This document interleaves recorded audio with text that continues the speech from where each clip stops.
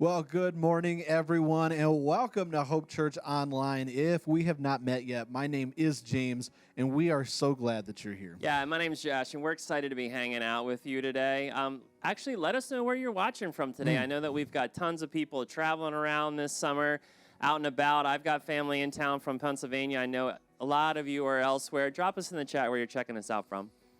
That's right. We've got a great Sunday planned for everyone, so we're really glad that you could come and be a part of it. Yeah, so is Santa in town? I don't know if he's still in town today, Okay. but he was definitely He was in town. here, right? He was here. In Oconomowoc. In July. Where were you at? It was over at the Metro Food Market, and he was supporting the Oconomowoc Food Pantry. So Jen and I, our Next Gen director, got an opportunity to go hang out with Santa and check out his, he brought a reindeer with him. I didn't catch the reindeer's name, so I did miss that. But it was fun to hang out with him and just see the generosity of Lake Country as he was filling his sleigh for the food pantry. Yeah, I saw his summer attire on the Instagram channel at Hope Lake Country. Yeah. Check that out if you missed it. But that's such a great event because I didn't know this, but you told me that donations in the summertime go down at food pantries if people are just busy and they forget about it, right? So good on Santa to bring some awareness there. Yeah, and I'm really excited to see how much they raised. When Jen and I were there on Friday, they'd only been open for an hour, and Santa's sleigh was already filled up. Nice. They were going and getting empty trash cans that hadn't been used yet and putting more food in there, so that was really cool. So for everyone that's watching live, just keep that in mind next time you go grocery shopping and drop some donations off near your local food pantry because we know that the need is definitely needed. Yeah, so important. Well, for today's service, we've got a great one lined up for you. We're going to have a few songs by the band, and this is the big one out of the series as far as I'm concerned. It's Daniel and the Lion's Den. That's the big story, and Pastor Michael is going to give us some thoughts on that as we get into part 6 of Daniel. Yeah, and if you've missed any part of this series, not to worry. You're going to get a full recap on Daniel's life before we dive into where he's at here in the Lion's Den. But something that stuck with me that I thought was super important for everyone to think about as we're going into today's message is week 2, our group's pastor, Zach, brought up this question. Is it better to make a difference or to make a point?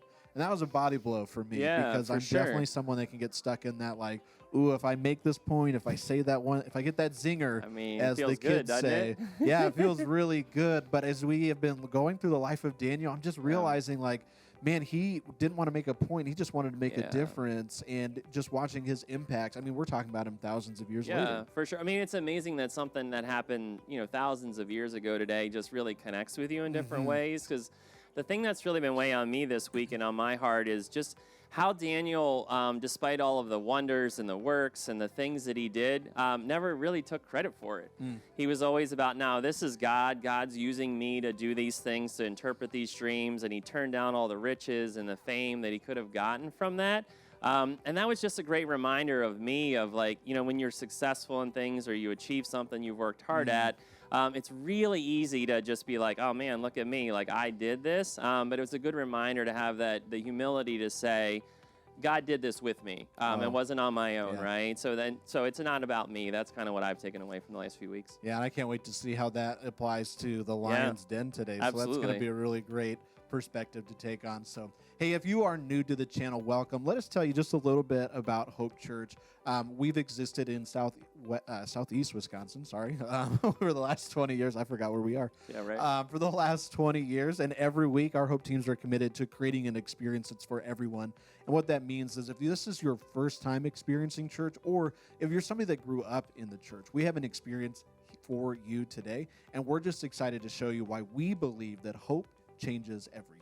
Yeah, and I know everybody's got their own way that they like to check out this experience. So whether you're on YouTube or you're checking out on the chat, I think we've got somebody that's chatting along today throughout the whole service, right? We do. Tammy is with us today, so shout out to Tammy for being with us. So Josh and I are going to hang out with you for the first couple of minutes of service and at the end of service, but Tammy will be there all service long. So if you haven't already, be sure to say hi to her. Let her know where you're watching from. She's super fun to chat with. Yeah, and if you're new here, drop new in the chat. We actually have a newsletter where we're sharing updates on the church, and this week was a big one. We talked about our second location. So if that's the kind of content that you want to get, drop new in the chat, and we'll make sure you get hooked up. Yeah, so the band is just about ready to take over. We've got about 10 seconds left. There's one more link that we want you to have, which Tammy's going to put. It's for all of your resources that you need today. But don't go anywhere after service because I'll have a little bit more for you, but enjoy the service. Well, good morning. Welcome to Hope. Hey, whether you're online today or here in the room, I'm so excited that you're here. We're going to get our service kicked off with a couple songs. And our first song here is a brand new song this week. And we love to use music in our services here at Hope because in today's culture and society, we find that music is an amazing tool to help groups of people like this to rally around one thing and to get our focus and attention on one thing. So I know for you, you may love music. You may love to sing out in groups like this. So as you learn the melody and the words of this song, feel free to join in and sing with us. But maybe you just don't appreciate live music, or maybe you hate to sing. You're like, that's never going to happen. That's all right. That's all right. Hey, no judgment here. We got words on the screen. You can focus on those words, process what we're saying, what this song is saying about our God and to our God. You can even use these words as a prayer directly to him. So whatever it looks like for you to connect with God here in the next few minutes of our service, that's what this time is for. So let's get on our feet and let's dive in. Let's do it.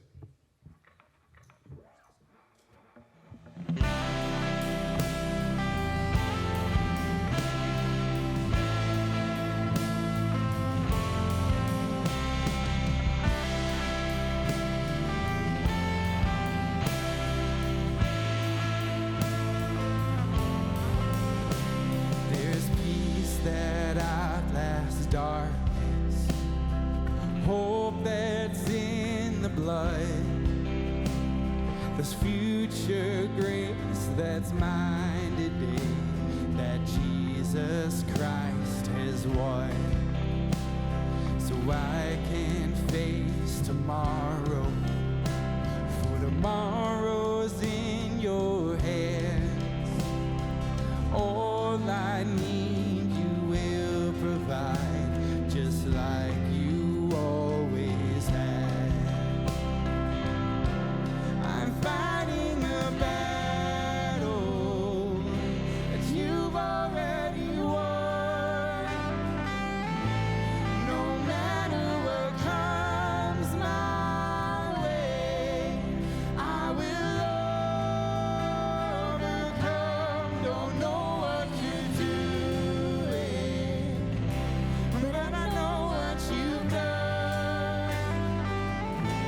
I'm fighting a battle you've already won.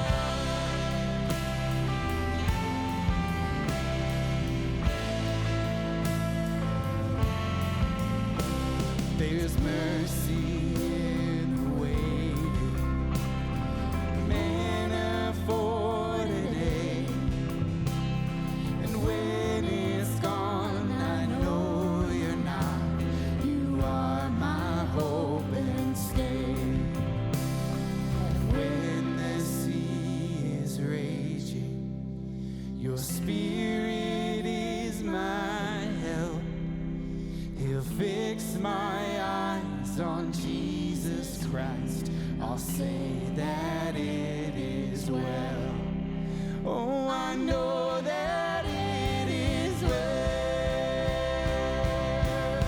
I'm fighting a battle you've already won.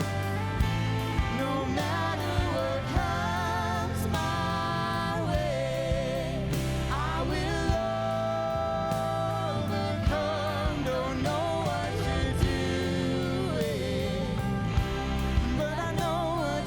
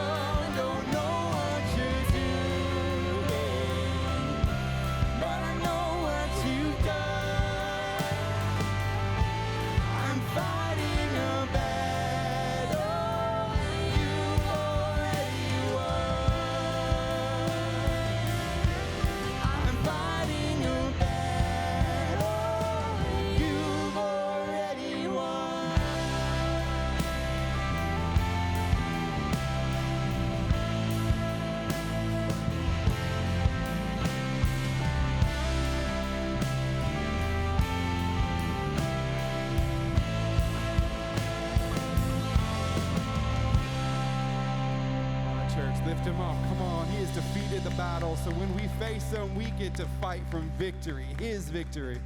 That's it. All right. We're going to keep it going. We're going to keep our focus on Jesus here with another song.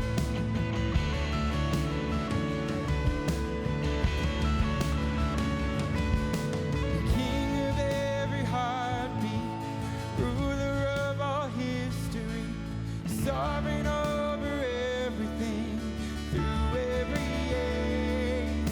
You're author of salvation, the hope of every nation. High above the heavens, being throned on our praise. You are a mighty God. You are a mighty God. Angels bow before you. Heaven and earth adore you.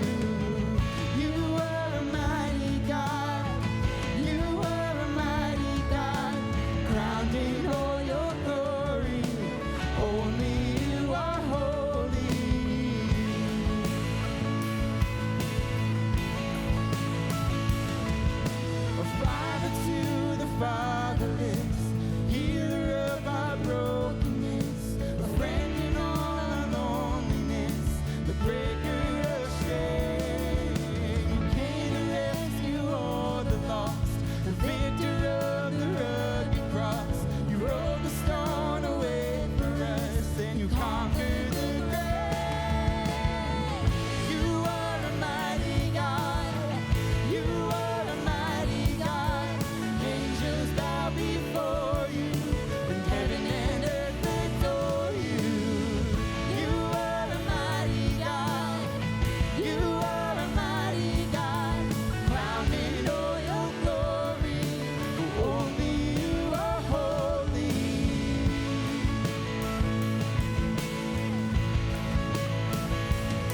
Let the skies rejoice. Let the oceans roar. We will lift our voice, singing holy. Let the whole world sing of your majesty. You're the only King who is holy. Let the skies rejoice. Let the oceans roar. We will lift our voice, singing holy. Let the whole world sing of your majesty. You're the only King who is holy. Holy, you are holy. You are a mighty God. You are a mighty God. Angels bow before you. Heaven and earth adore you. You are a mighty God. You are a mighty God. Crowned in all your glory. Only you are holy. You are a mighty God. You are a mighty God. Angels bow before you. And heaven and earth adore you. You are a mighty God. You are a mighty God, crowned in all your glory, and only you are holy. Let's praise him, church. Come on. So good. You guys can grab a seat.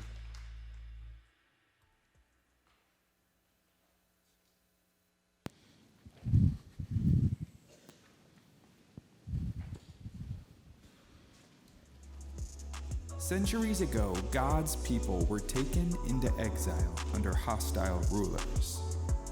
Yet God equipped them, not only to survive, but to thrive.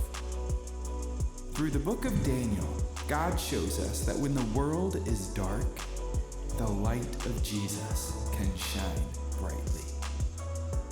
Shining like stars in the midst of the darkness, we don't aim to accept or reject the culture around us. We seek to redeem it. Good morning, everyone watching here, everybody who's joining us online. My name is Michael. I'm one of the pastors on staff here at Hope. So glad to be able to be with you. And we are in part 6 of a long series that we're doing here where we're taking a look at what it looks like to truly live out our values, to see what it would actually be like if we could, in America in 2023, live according to our values, according to if the death and resurrection of Jesus were true, what would that look like to actually walk that out here and now? Because we want to be people who live distinctly within our culture, who know what cultural streams that we allow ourselves to flow with and which ones are worth swimming against. And so as you look through the different stories and the different narratives that are told in the Bible, we find that there is no better person to teach us what this looks like than Daniel. And that's where we've been spending a lot of our time. Daniel executes this to perfection in his lifetime. You see, Daniel lives in a pluralistic culture where you can do whatever it is that you want. You can worship whoever it is that you want in private. But in public, you have to bow down to the culture.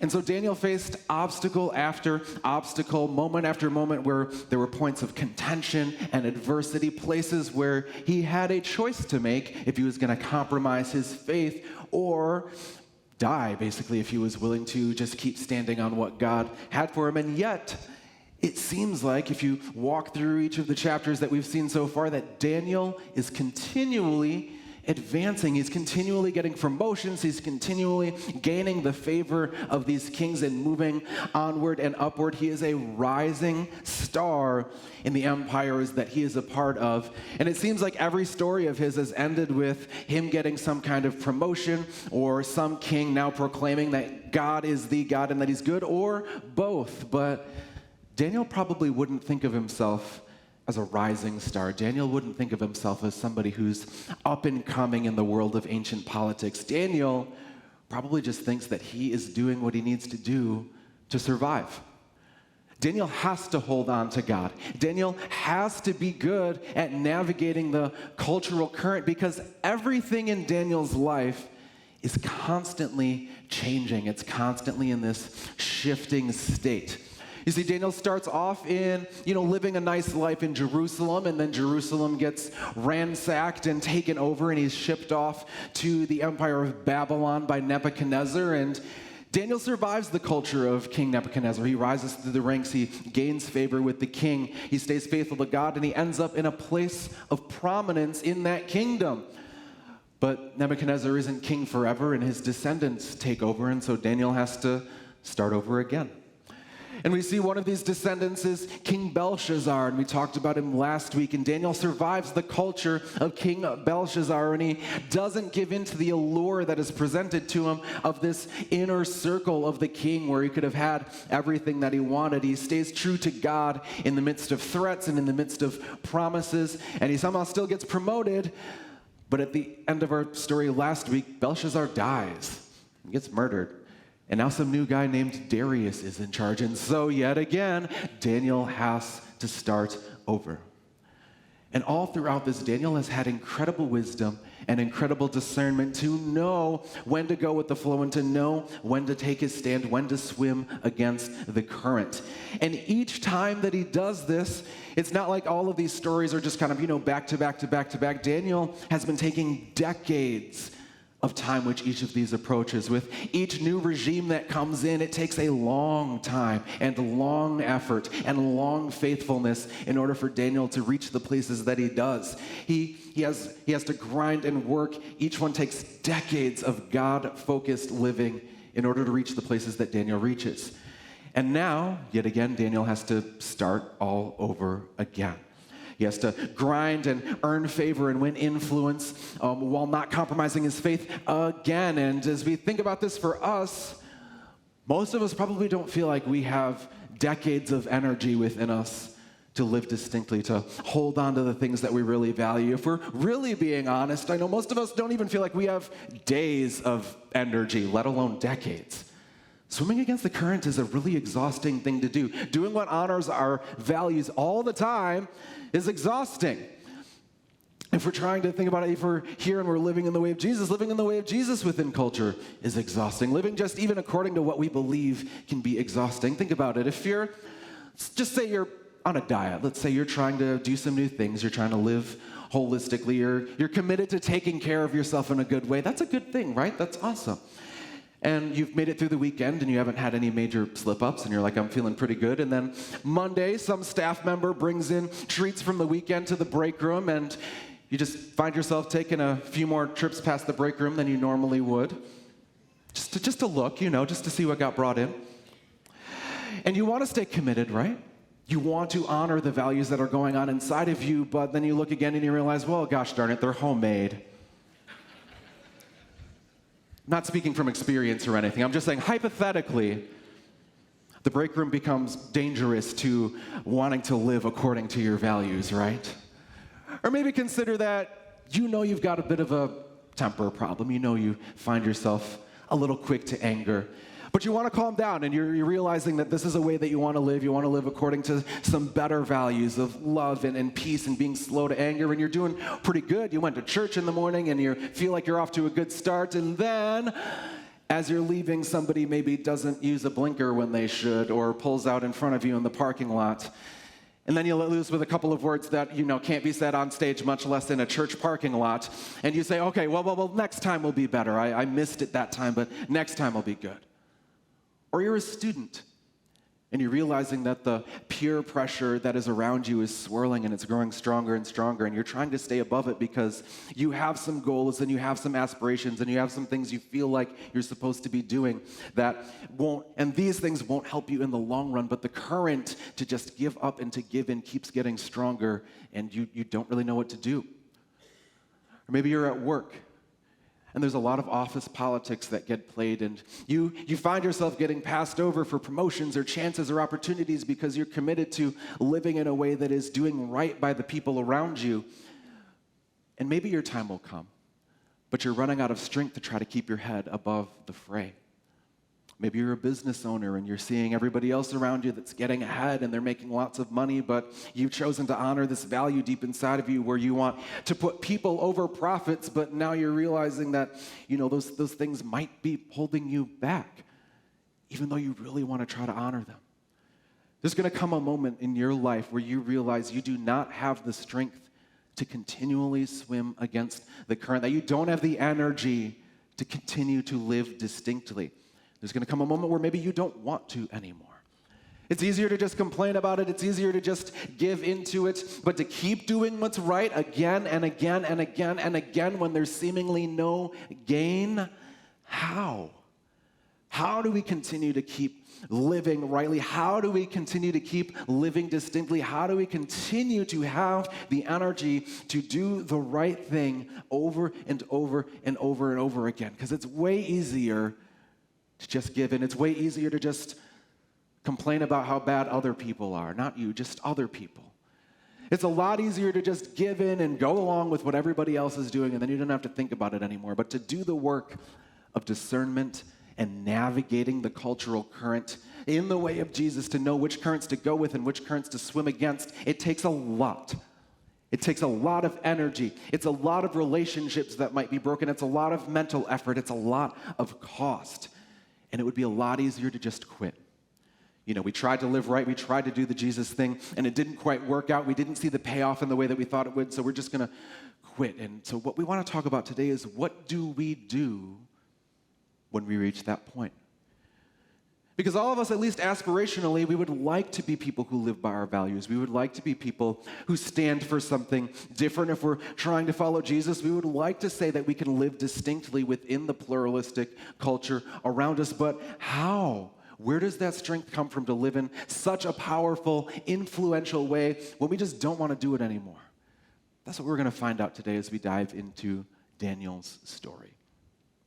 And so as you're following along, we're just going to start at the beginning of Daniel chapter 6 today. We are kind of moving through Daniel's story here, and we're just going to start right at the beginning, and we're going to see what it is that Daniel can teach us about where this strength comes from to continue to live distinctly. So for a chunk, this is Daniel chapter 6, starting in verse 1, verses 1 through 4. So it says, "It pleased Darius, so we'll stop right there. If you remember from last time, there was King Belshazzar who was in charge, and he threw this massive wild party and eventually ended up in this place where he died that night. And Darius is the guy who came in to take over. He's the leader of the Medes and the Persians. And so King Darius is now in charge.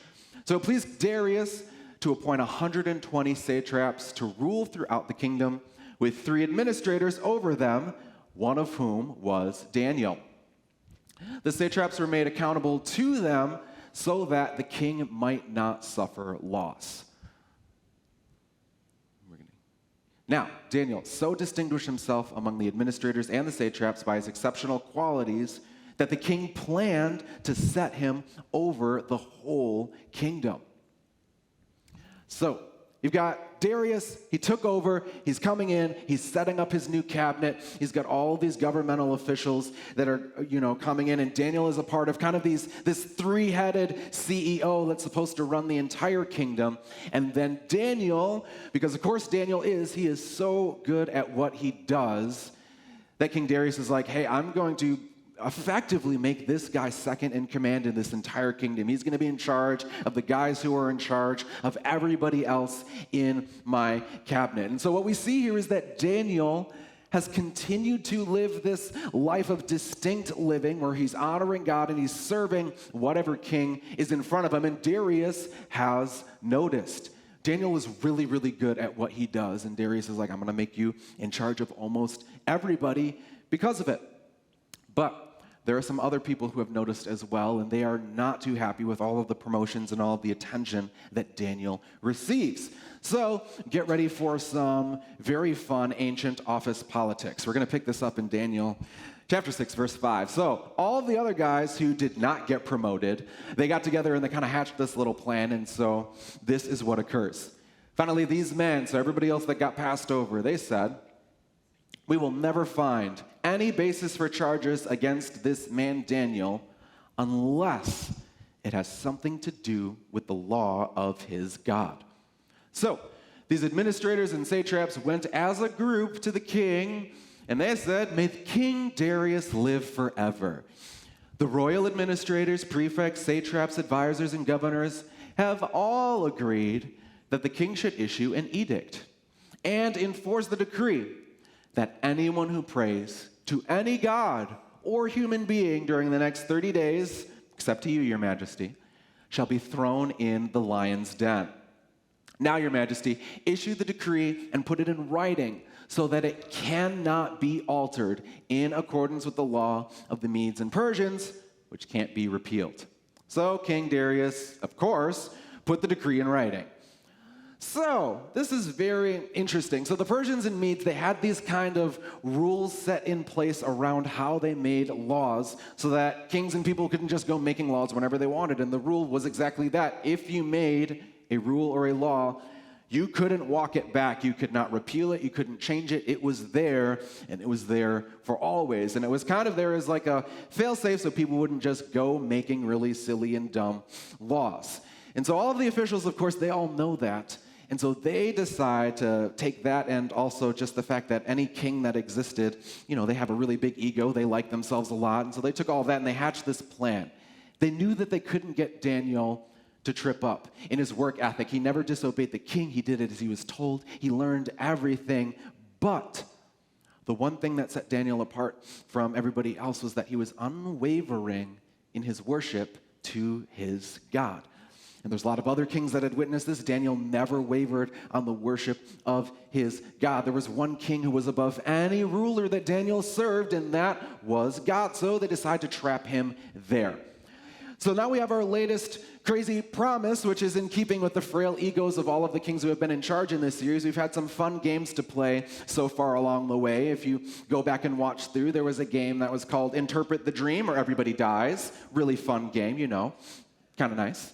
There was the game of, bow down or get burned up, where they did not bow down and they were thrown into a fiery furnace, which is, another fun game.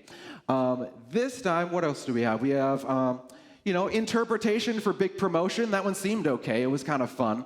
And he got the promotion anyways, which was just kind of weird. But now Darius agrees to play the game of pray to me or play with the lions in a pit. And there's more of them than there are of you, so, have fun. That's the game that we get to play today. Pray or play with the lions. And so we're going to see how Daniel responds to this news. Nobody over the next month, if you pray to anyone else other than Darius, you're going to die. So this is picking up in verse 10. This is how Daniel responds. Now, when Daniel learned that the decree had been published, he went home to his upstairs room where the windows opened toward Jerusalem. 3 times a day, he got down on his knees and prayed, giving thanks to his God, just as he had done before. So listen to that line, just as he had done before. Daniel doesn't go home and hatch some new plan of rebellion against the kingdom. Daniel doesn't go home and just decide to throw all of this away. He can't take this anymore. It's just as he had done before. This is a continuation of a habit that Daniel had already developed. There isn't a breakdown into anger or hopelessness near. It is just as he had done before. For Daniel, this is simply his God-focused devotion. Everything he does and is flows from the fact that God is his one king. He serves God, and that's it. It isn't, this isn't malicious. He isn't flipping off King Darius or anything like that. He's like, no, I'm going to keep praying, Darius. Forget that. No, this is just an outpouring of who Daniel really is and what he's all about. Everything is for this audience of one. And his response is pretty remarkable because if you think into your own life, like, what do you do when you get news that you really don't like, that you really don't agree with, or when a policy changes that just doesn't sit with you well? Do you feel just kind of defeated and hopeless? Do you feel like somebody just let all the air out of you? Do you take to Facebook to go and complain to the people who will validate how you feel, or do you just continue on with God? Because somehow that's what Daniel is able to do. It is just as he has done before. Daniel works in Darius' administration, but he by no means does it so that he can just, make Darius happy. Daniel isn't even in this for himself. There's no self-preservation here. There's no him doing what he needs to do in order to keep himself safe. Daniel trusts that as long as, as he works hard and he loves people well, he says, I know that God is going to be there to see me through whatever it is that happens. And we see this in every story of Daniel's life. Daniel does everything with integrity. Daniel treats people with honor and respect. Daniel works hard and he works better than anyone. And he doesn't do it for the kings and he doesn't do it for Daniel. But this is what a life that is lived distinctly with God looks like. That's all that it is. And there's places where, Daniel doesn't compromise, and there's things that he doesn't budge on. But Daniel and his friends, there's places where they simply don't move because God is the only God that they serve. But even so, this singular service to this God who Daniel fully trusts is going to come through and be with him. It doesn't, automatically move Daniel to go and collect $200 and live a really great, happy life. That's not what happens. He's continually serving God. And this is what happens next. This is picking up in verse 11. It says this. Then these men went as a group, and they found Daniel. So all those people who hatched that plan, they go and they find out that Daniel is praying and asking God for help. So they went to the king and spoke to him about his royal decree. So like, hey, Darius, remember this? Did you not publish a decree that during the next 30 days, anybody who prays to any god or human being except you, your majesty, would be thrown into the lion's den? The king answered, yeah, the decree stands in accordance with the law of the Medes and Persians, which cannot be repealed. Then they said to the king, here's the drop of the plan. Daniel, who's one of the exiles from Judah, remember, he's not really like us, he's not one of us, pays no attention to you, your majesty, or to the decree you put in writing. He still prays 3 times a day. When the king heard this, he was greatly distressed. He was determined to rescue Daniel and made every effort until sundown to save him. Then the men went as a group to King Darius and said to him, remember, your majesty, hey, just one more reminder. According to the law of the Medes and Persians, no decree or edict that the king issues can be changed. He is really locked into this. And so the king gave the order. And they brought Daniel and they threw him into the lion's den.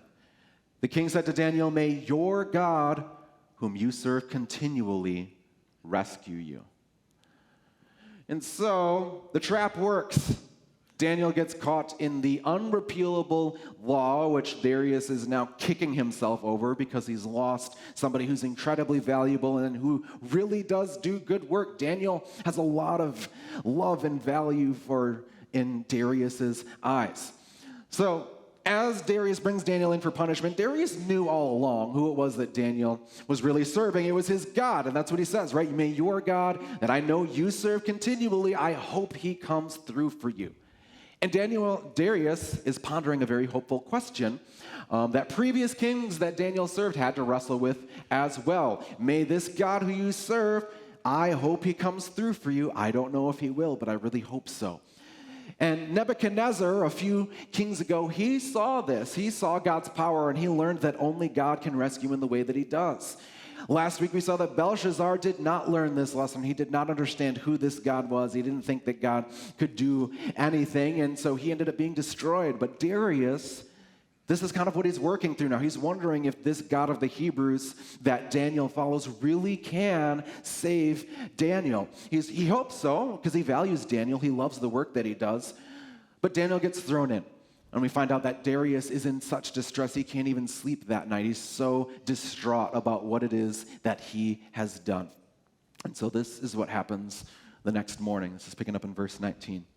At the first light of dawn, the king got up and hurried. Pause for a moment. Just think about how much love and integrity Daniel has worked with in his kingdom, that the king, who doesn't even respect or bow down to the God of the Hebrews, he is so distraught over Daniel that at the very first moment he can, he gets up to go and check and see if he is okay. That's just crazy. That's so much work that Daniel has put in to live distinctly and to have integrity and to build relationship, that the king got up and hurried to the lion's den.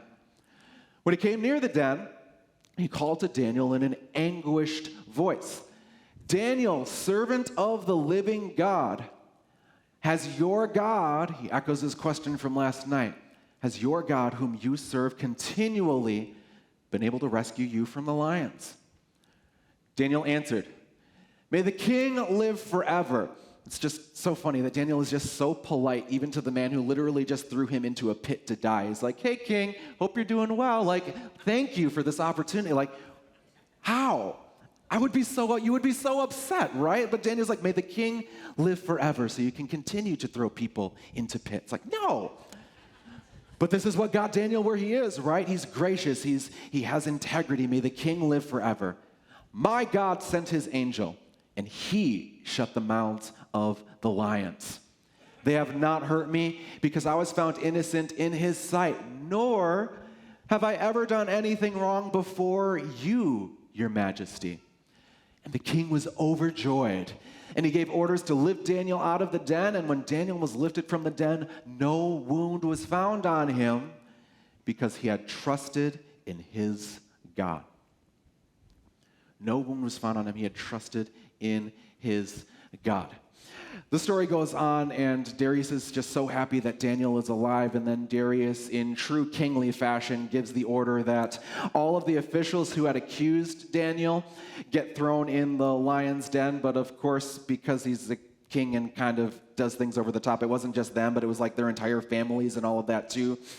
He's still Darius, he's still got to have a little fun. So he's like, yeah, you and all your families, they all go. And then Darius declares that God, this God of the Hebrews, is the God, and everybody else lives happily ever after. It's an interesting end to the story, but Darius does realize that God is the God who saves.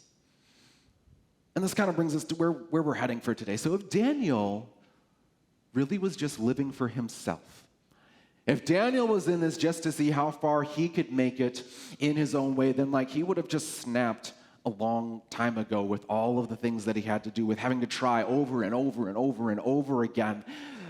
It would not have gone nearly as well as it has. If Daniel had been living for anything else, then the story and the outcomes would have been vastly different.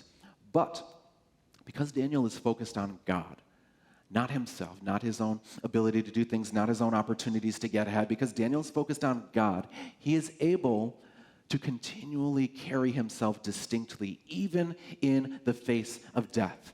Because Daniel drew his strength from the Lord, he was able to play the long game and to regain influence time and time again and to remain distinct in the face of an ever-changing culture.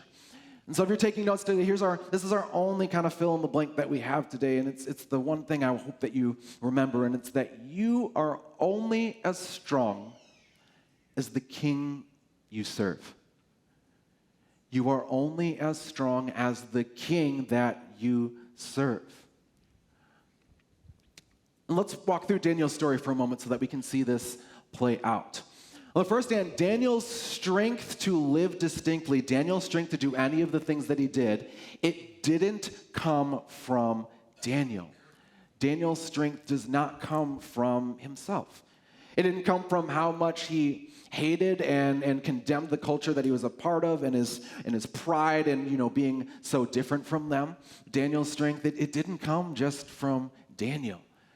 Daniel's strength also didn't come from others. It didn't come from how much he was so good at everything and how everybody accepted him and how everybody, in his pride in himself for being able to have everybody love him or being such an influence. Daniel's strength didn't come from his obedience even. It didn't come from his obedience to God. It didn't come from how well Daniel served God, because ultimately that means that his strength still would have just come from Daniel. It's his own strength, his own determination. I did all of this. I did all of the right things. I got other people to like me. God, I served you so well. That wasn't where Daniel got any of his strength from. Daniel's strength came from God. Daniel knew that God was the only one who was going to be able to rescue in the way that he did. And Daniel leaned into that for his strength and for his resolve. He had seen God come through in his life again and again. And Daniel is able to be strong, and his friends are able to be strong because his strength comes from a king who was unlike any other king. His strength comes from a king who, as a few of the kings in Daniel's story have noted, there's only one king who saves in this way, and that king is God. The question is, what way? What makes the way that God comes in so different than any other king, any other power that you can serve? The way that God rescues and saves his people isn't by just waiting until they get good enough and then he finally says, okay, you're there now. Now I'll come and rescue you. You've made your way up to me. Now you're worthy. No. God rescues and God saves by entering into our trials and into our mess and bringing us through them with him. And there's no other religion, there's no other deity who did that. You see, the Persians and a lot of ancient religions thought, like we said, that you had to kind of work yourself into good standing with whatever god it was that you served, that you had to ascend and get near the kings or the gods, that the better you acted or behaved or appeased, the closer you drew to them, and then perhaps they would one day have mercy on you or favor on you or bless you or save you if you did enough.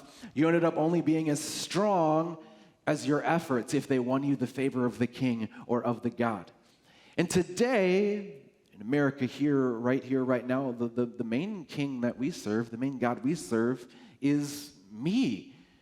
Or rather you. You're only as strong as the king of self. And so for a lot of people, it's that you get better. You go find inner peace. You manifest what it is that you want. You find the strength to carry on in yourself. You find the strength to live according to your values within yourself. And you can, but self is only going to carry you so far. When you're living on your own strength and when you're doing this all for yourself and nothing's going right and then you don't want to keep fighting, everything that you've kind of built up, it ultimately ends up crumbling.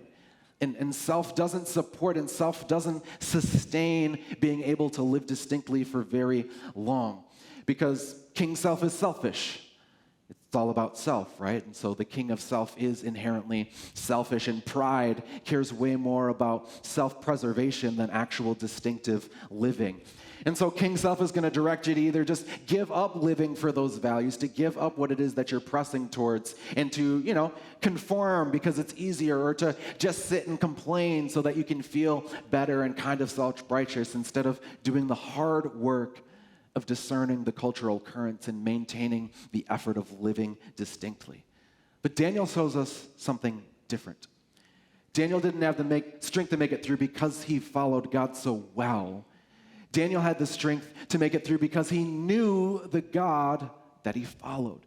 And he knew that God is the only God who can rescue in this way. He's a God who shows up in the middle of your worst times, in the middle of those moments, and walks with you through them. And God did this not because Daniel followed him so well, but because Daniel was loved by God. That is why God rescues and saves. And God does this for us, not because we check all of the boxes of being a good follower of God, but because we are loved by God. God says, I'll do that for you, not because you've checked all the boxes of doing everything right for me, but because you are loved by me. And so we see this all throughout Daniel, right?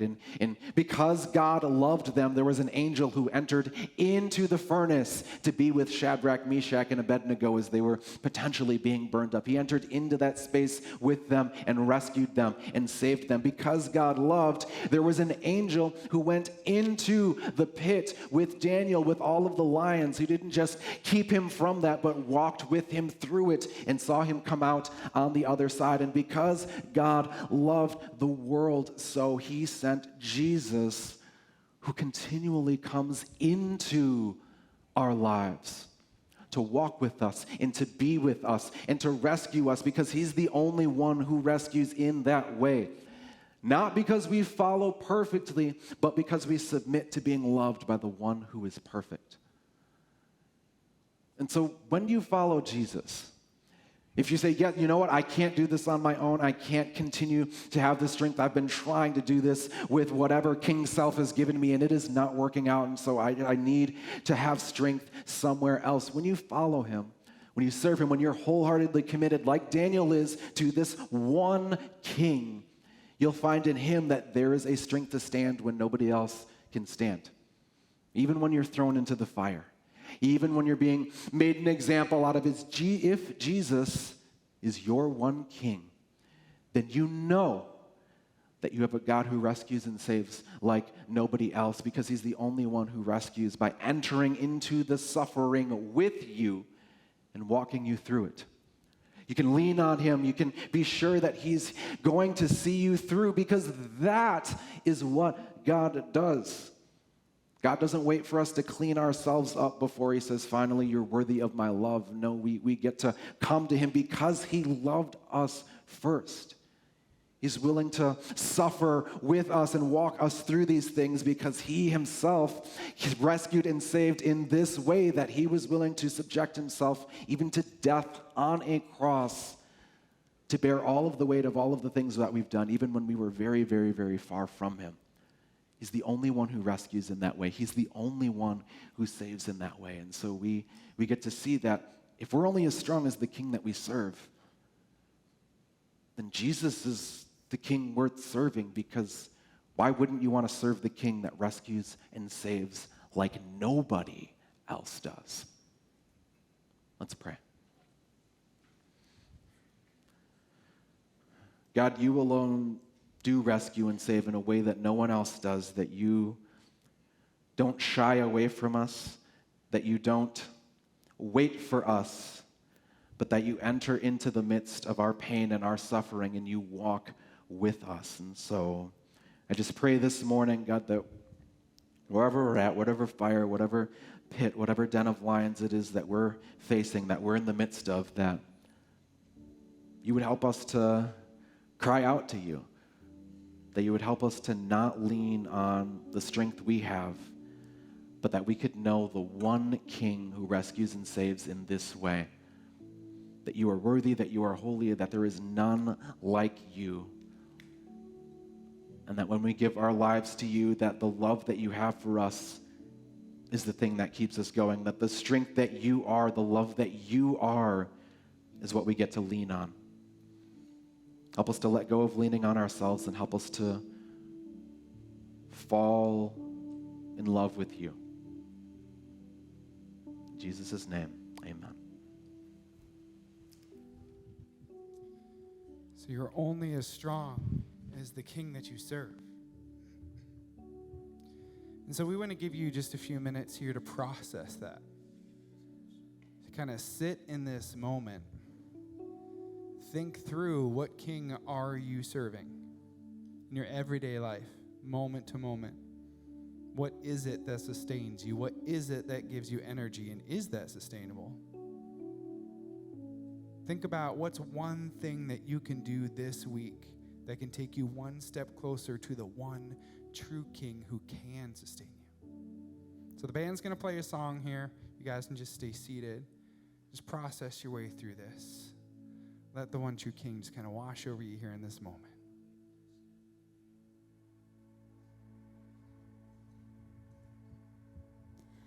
Let the king of my heart be the mountain where I run, the fountain I drink from. Oh, he is my song. Let the king of my heart be the shadow where I hide, the ransom for my life. Oh, he is my song, 'cause you are good, good.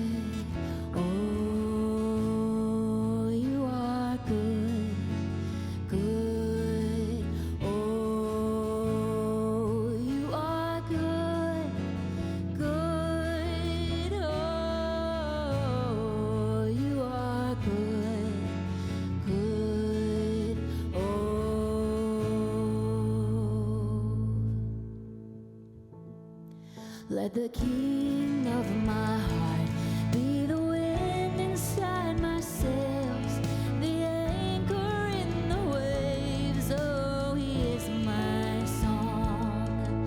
Let the king of my heart be the fire inside my veins, the echo of my days. Oh, he is my song, 'cause you are good, good. Oh, you are good, you're good. Oh, you are good, you're good. Oh,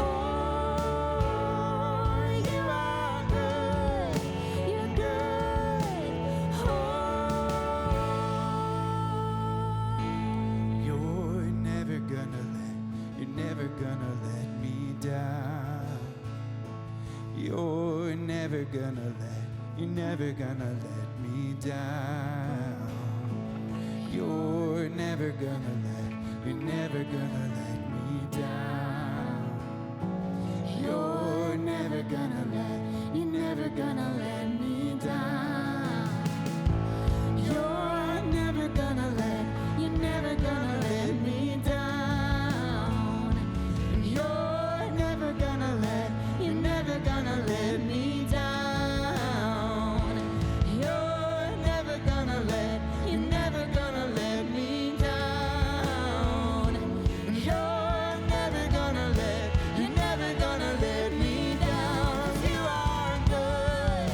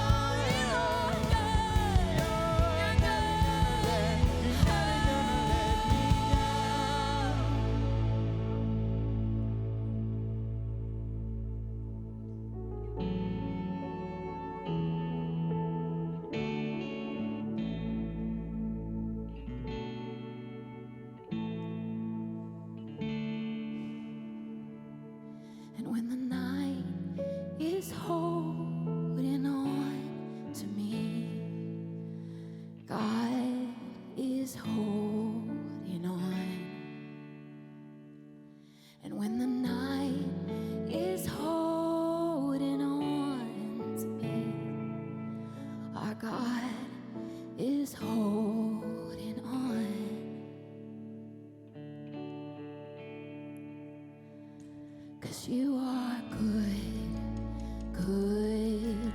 Oh, you are good, good. Oh, I've tasted and seen that you're good.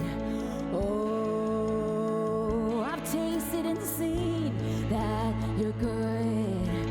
Oh, and you are good, good. Oh, you are good, good. Oh,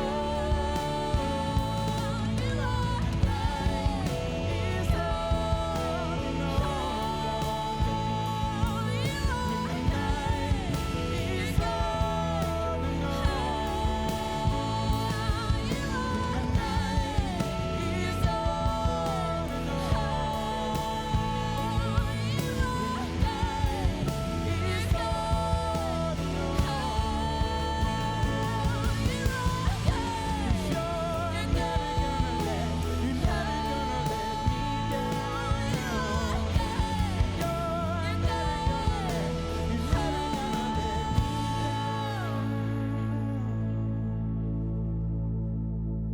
Church, we got one more song to close this out. So let's keep our focus on Christ, our true King, and let's stand. Let's sing this together. Come on.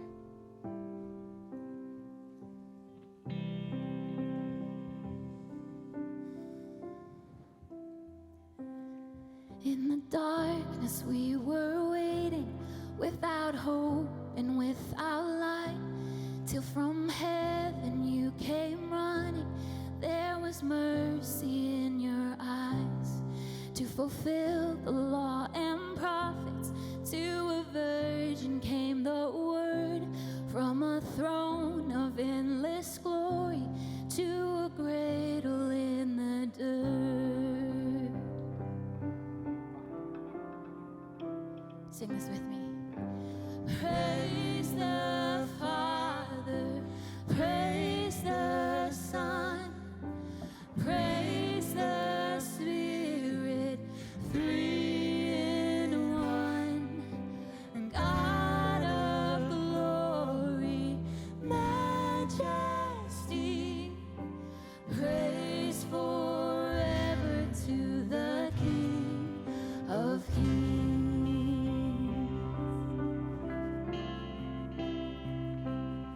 To reveal the kingdom coming and to reconcile the lost, to redeem the whole creation. You did not despise the cross, for even in your suffering you taught through the other side, knowing this was our salvation. Jesus, for our sake you died.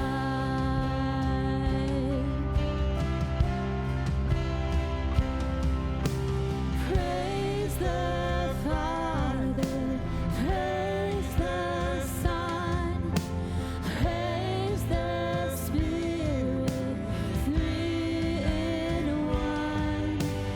God of glory, majesty, praise forever to the King of Kings.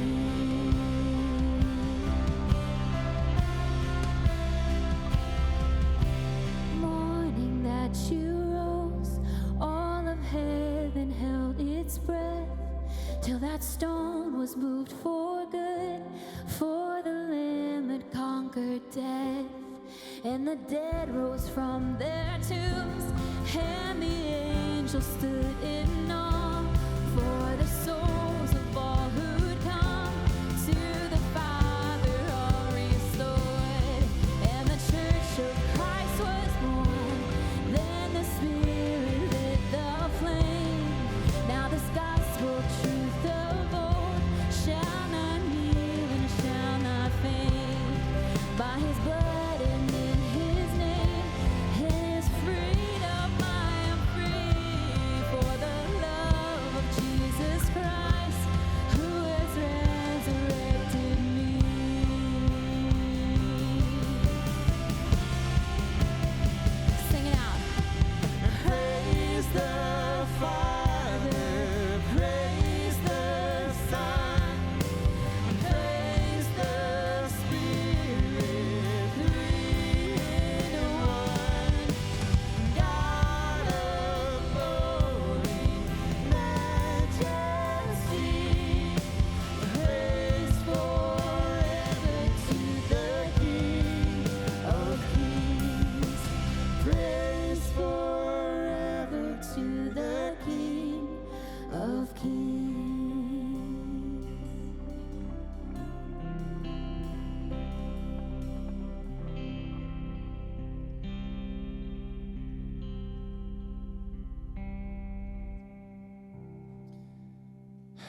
rise and grab a seat. We want to take just a moment, give you a sneak peek of what's coming up here at Hope in a couple weeks. Check it out.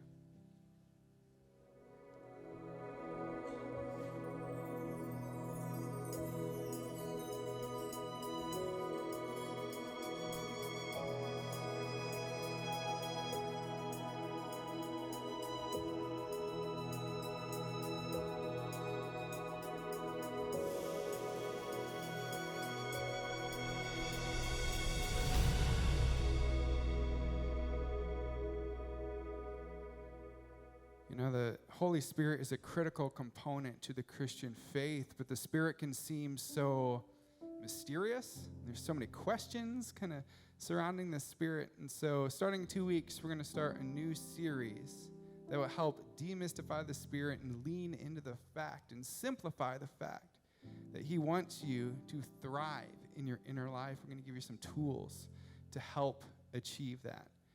That starts in 3 weeks, or in 2 weeks, but in 3 days, we actually have an experience starting for people who want to dive deeper into their relationship with God. It's a short-term group on Sabbath.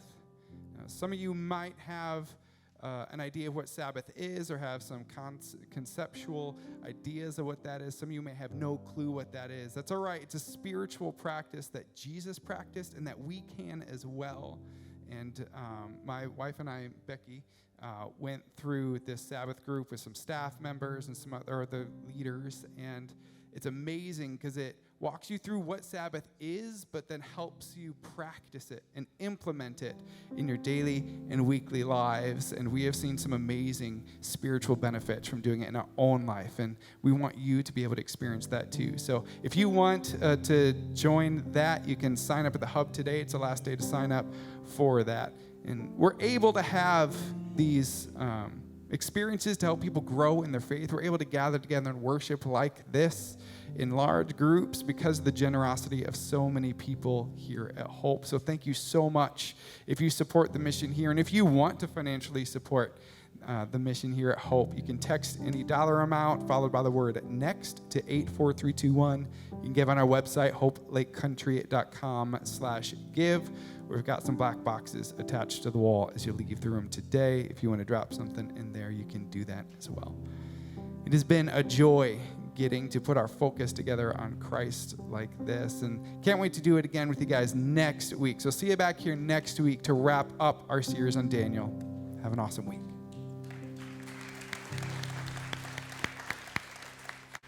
Well, hey, everyone. Thanks again for hanging out with us here at Hope Church. If we did not meet at the beginning, my name is James, and it was an honor to just be your host today. If you enjoyed today's service, please let us know by hitting that like button. Drop some comments down below and let us know what your favorite song was. And then be sure to subscribe to the channel. That way you get a notification every time we post new content and when we go live again next Sunday. Now, this past week was an awesome week because we had an opportunity to tell everyone where our next location is going to be. And if you'd like updates like that and more going on here at Hope Church, be sure to click the link that Tammy is putting in the chat for you and sign up for our newsletter. But that is it for all of us here at Hope Church. Thank you again for being here, and we can't wait to see you until next time, and enjoy the rest of your week.